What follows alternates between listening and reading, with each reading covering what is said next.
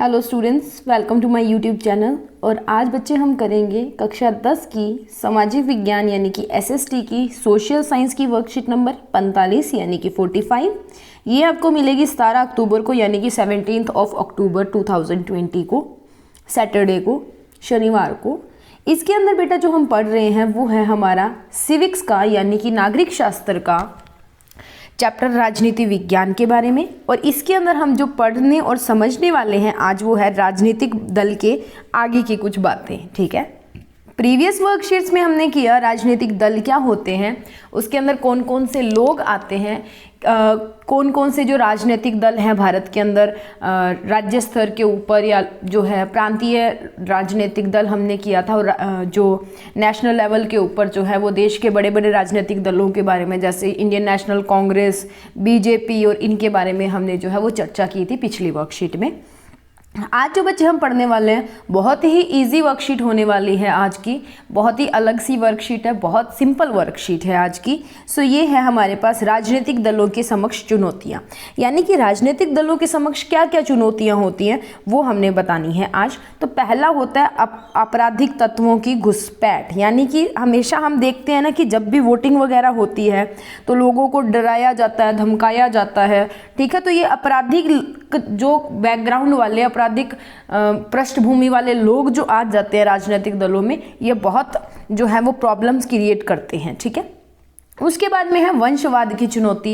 जैसे कि अभी हम देख रहे हैं कि अगर हम कांग्रेस की बात करते हैं, ठीक है, तो वहाँ पे क्या है कि अभी एक जैसे मान लो कि गांधी परिवार से वो चलती आ रही है। जवाहरलाल नेहरू के बाद में जो उनकी बेटी थी इंदिरा गांधी, इंदिरा गांधी के बाद में राजीव गांधी, राजीव गांधी के बाद अब सोनिया गांधी और सोनिया गांधी के बाद में राहुल गांधी, उनकी अध्यक्षता जो है वो उन्हीं के परिवार के अंदर, वंश के अंदर चलती हुई जा रही है। तो ये एक वंशवाद की चुनौती हो जाती है। ठीक है, यानी कि अपने वंश से बाहर अगर कोई एलिजिबल है तो भी उसे पार्टी की बागडोर नहीं दी जाती, कोई पद जरूर दिया जाता है पर बागडोर नहीं दी जाती। पारदर्शिता का अभाव, पारदर्शिता का अभाव का मतलब क्या होता है कि जो भी काम किए जाते हैं ना वो छिप छिपा के किए जाते हैं, पारदर्शिता नहीं है कि खुलेआम जो है ये चीज़ें नहीं की जाती। उसके बाद में आंतरिक लोकतंत्र का अभाव। एक होता है देश के अंदर लोकतंत्र, आपको लोकतंत्र से चलना होता है, लोकतंत्र के द्वारा, लोकतंत्र के अनुसार काम करना होता है। पर एक पार्टी के अंदर भी तो क्या होते हैं, अलग अलग तरह के राजनीतिक दल के अंदर भी तो अलग अलग तरह के नेता होते हैं, तो उनका एक आंतरिक लोकतंत्र भी तो होता है, पर वो नहीं होता है। यानी कि ऐसा भी तो होता है ना कि अब हम प्रतिनिधि चुनते हैं अपना, तो पार्टी के अंदर जो भी नेता है उनकी भी एक तरह से कोई वोटिंग या कोई चुनाव होना चाहिए जिससे वो क्या हो कि किसी एक प्रतिनिधि को चुन सके। मान लो अभी कांग्रेस जीत जाती है, उन्होंने प्रधानमंत्री बनाना है, प्रधानमंत्री के आगे 3 उम्मीदवार खड़े हैं। अब होता क्या है कि जो अध्यक्ष होता है ना वो फैसला लेता है, जैसे सोनिया गांधी या राहुल गांधी है, वो बोलेगा कि अगर इसको प्रधानमंत्री बनाना तो इसी को ही बनाते हैं। तो ऐसे नहीं होना चाहिए, ऐसे होना चाहिए कि सबकी वोटिंग होनी चाहिए और जिसको ज़्यादा वोट मिलते हैं उस पार्टी के अंदर अंदर वोट होने चाहिए और जिसको ज़्यादा वोट मिलते हैं उसको ही प्रधानमंत्री जो है वो बनाया जाना चाहिए। उसके बाद में है विकल्पहीनता, कोई विकल्प ही नहीं है। जितनी मान लो राजनीतिक दल चलते हुए आ रहे हैं वही चलते जा रहे हैं, कोई कई जगह पे तो लोगों को विकल्प भी जो है वो नहीं मिलते और ना राजनीतिक दलों को विकल्प जो है वो मिलते हैं कि वो ABC 4 ऑप्शंस या 3 ऑप्शंस जैसे हमें क्वेश्चंस में मल्टीपल चॉइस में दी जाती है, उनके पास ऐसे कोई भी ऑप्शंस जो है वो नहीं होते हैं। उसके बाद में है राजनीतिक दलों में सुधार हेतु कुछ सुझाव। अब हमने उनके समक्ष चुनौतियों के बारे में डिस्कस कर लिया कि उनके समक्ष क्या क्या चुनौतियां हैं, तो अब उनके अंदर कैसे कैसे सुझाव जो है वो हम कर सकते हैं, राजनीतिक दलों को कैसे और अच्छा जो है वो बनाया जा सकता है, उसके लिए देखिए कुछ सुझाव जो है दिए गए हैं। पहला है दल बदल कानून को सख्त किया जाना चाहिए। हम न्यूज़ में डेली सुनते हैं कि फलाने नेता ने कांग्रेस छोड़ के बीजेपी ज्वाइन कर ली, फलाने ने बीजेपी छोड़ के कांग्रेस ज्वाइन कर ली या कोई और पार्टी ज्वाइन कर ली। ठीक है, जैसे आपके एक बहुत अच्छी एग्जाम्पल मैं आपको बताती हूँ, नवजोत सिंह सिद्धू जो हैं, आप उनको जानते हो, कपिल शर्मा शो के अंदर आते थे। ठीक है, सो अब वो क्या कर रही हैं पंजाब के अंदर, कभी वो कांग्रेस में जा रहे हैं, कभी वो बीजेपी में जा रहे हैं, कभी वो अकाली दल में जा रहे हैं, कभी वो आप में जा रहे हैं। सबसे पहले वो कांग्रेस में थे, कांग्रेस में जब सरकार बनी पंजाब के अंदर कांग्रेस की, तो उन्हें उनकी जो इच्छा थी उनके अकॉर्डिंग उनको जो है वो एरिया नहीं दिया गया जिसमें वो जाना चाहते थे। उनको आई थिंक इलेक्ट्रिसिटी वाला जो एरिया होता है ये दे दिया गया था। पर जिसमें वो जाना चाहते थे उनको वो नहीं दिया, तो उन्होंने कांग्रेस को क्विट करके आप ज्वाइन करने का फैसला कर लिया। आपके जो नेता थे उन्होंने बोला कि आप इधर आ जाओ, क्योंकि नवजोत सिंह सिद्धू जो है उनके पीछे जो वोटिंग है लोगों की बहुत ज़्यादा है, वो बहुत ज़्यादा लोकप्रिय है पंजाब के अंदर। तो ऐसे ही जो दल बदल होते हैं ना कानून, उनको सख्त किया जाना चाहिए। ये नहीं है कि जो नेता जिसके जब मर्जी आई एक पार्टी कांग्रेस को छोड़ के बीजेपी में चला जाए, अब क्या करेगा, अब उसको तो सारा भेद है ना, तो वो घर का भेदी लंका ढाए, तो वो भेदी होके क्या करेगा, एक जगह से दूसरी जगह इन्फॉर्मेशन पास करेगा, जिससे क्या होती है, जो सरकार की रणनीतियां होती हैं वो खराब होती हैं। ठीक है, आपराधिक प्रवृत्ति के लोगों पर रोक लगे, यानी कि कुछ राजनीतिक दलों में आपराधिक प्रवृत्ति के लोग होते हैं जो जीतने के लिए जो अनुचित जो हथकंडे हैं वो अपनाते हैं, मार धाड़, पैसा, भ्रष्टाचार, ऐसी चीज़ों को, तो उनके ऊपर बिल्कुल रोक लगनी चाहिए। राजनीतिक दलों में समय समय पर सांगठनिक चुनाव हो, ये देखो ये आ गया इनका आंतरिक लोकतंत्र की, इनके अंदर भी चुनाव होने चाहिए अच्छे प्रतिनिधियों को चुनकर बाहर लाने के लिए। ये नहीं है कि एक अगर गांधी की पार्टी है, यानी कि अगर कांग्रेस पार्टी है तो उसके अंदर गांधी ही रहेंगे, उनका अध्यक्ष का चुनाव, उनका अध्यक्ष बदल भी तो सकता है ना, जरूरी थोड़ी है कि उन्हीं को दी जाए, कोई और भी तो हो सकता है जो इनसे ज़्यादा योग्यता रखता हो। ठीक है, राजनीतिक दलों में आंतरिक कामकाज को पारदर्शी बनाया जाए। आंतरिक जो कामकाज है राजनीतिक दलों में उसको छिपाया ना जाए, उसको पारदर्शी जो है वो बनाया जाना चाहिए, ताकि जो है वो राजनीतिक दलों की स्थिति के अंदर सुधार हो सके।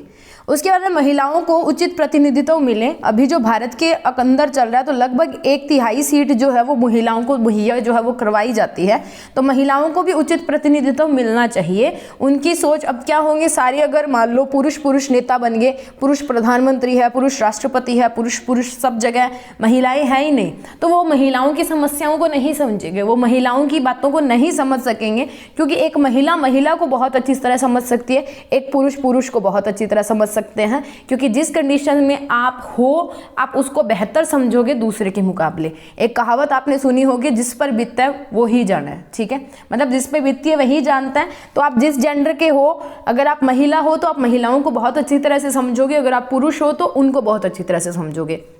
यहाँ पे मेरा कहने का ये मतलब नहीं है कि पुरुष महिलाओं को समझ नहीं सकते, समझ सकते हैं, पर कुछ चीज़ों में अगर एक महिला को 90% समझ सकती है दूसरी को, तो पुरुष 80-85% इतना समझते हैं। ठीक है, चुनाव का खर्च जो है वो सरकार को उठाना चाहिए, जो राजनीतिक दल हैं उनके ऊपर जो है वो नहीं आना चाहिए। जो जीतता है तो उसके ज़्यादा से ज़्यादा हम इतना कर सकते हैं कि जो जीतता है उसको देखना चाहिए कि जो चुनाव के ऊपर खर्च हुआ है वो उनको देना चाहिए, क्योंकि मान लो कोई पार्टी हार जाती है, जैसे अब पंजाब के अंदर कांग्रेस है, अब जो फंडिंग जो पे कर रही है वो कांग्रेस पे करेगी, पर जब भी वोट होंगे, इलेक्शंस होंगे, स्टाफ की ड्यूटीज लगती है, सब कुछ कांग्रेस के खजाने से इधर से जाता होता है। ठीक है, पर ये सरकार को ध्यान रखना चाहिए, केंद्र के अंदर जो सरकार है उसको मेंटेन इन चीज़ों को करना चाहिए। ठीक है, सो बहुत ही आसान वर्कशीट थी बेटा आज की, और इतने ही आसान इसके क्वेश्चंस हैं, बस 2 मिनट के अंदर आपके क्वेश्चंस जो है वो फटाफट से हो जाएंगे। तो चलते हैं इनके क्वेश्चंस पे और 2 मिनट में अपनी वर्कशीट को फटाफट से पूरा कर लेते हैं। बहुत आसान क्वेश्चंस हैं,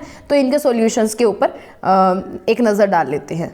क्वेश्चंस की बारी। पहला क्वेश्चन बोलता है बेटा, अपराधीकरण भारतीय राजनीति के समक्ष एक चुनौती है। अभी हमने वर्कशीट में पढ़ा कि आपराधिक प्रवृत्ति के जो लोग होते हैं उनको बाहर रखना चाहिए, उनको अंदर ऐसे मतलब उनके ऊपर नियंत्रण रखना चाहिए। तो भारत की राजनीति के समक्ष एक चुनौती है, ये हमने पढ़ा।